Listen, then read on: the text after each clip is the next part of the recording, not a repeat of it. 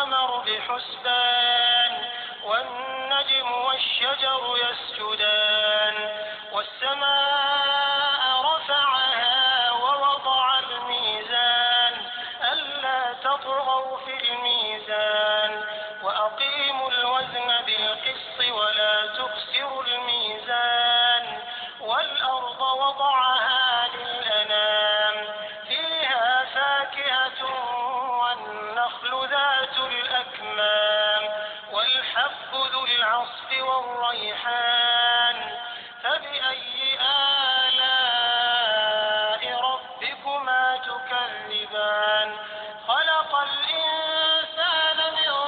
صلصال كالفخار وخلق الجان من مارج من نار فبأي آلاء ربكما تكذبان رب المشرقين ورب المغربين فبأي آلاء ربكما تكذبان مرج البحرين يلتقيان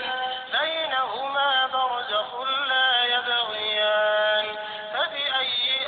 آلاء ربكما تكذبان يخرج منهما اللؤلؤ والمرجان فبأي آلاء ربكما تكذبان وله الجوار المنشآت في البحر كالأعلام فبأي آلاء ربكما تكذبان كل من عليها فان ويبقى وجه ربك ذو الجلال والإكرام فبأي آلاء ربكما تكذبان يسأله من في السماوات والأرض كل يوم هو في شأن فبأي آلاء ربكما تكذبان سنفرغ لكم أيها الثقلان فبأي آلاء ربكما تكذبان يا معشر الجن والإنس إن استطعتم أن تنفذوا من أقطار السماوات والأرض فانفذوا لا تنفذوا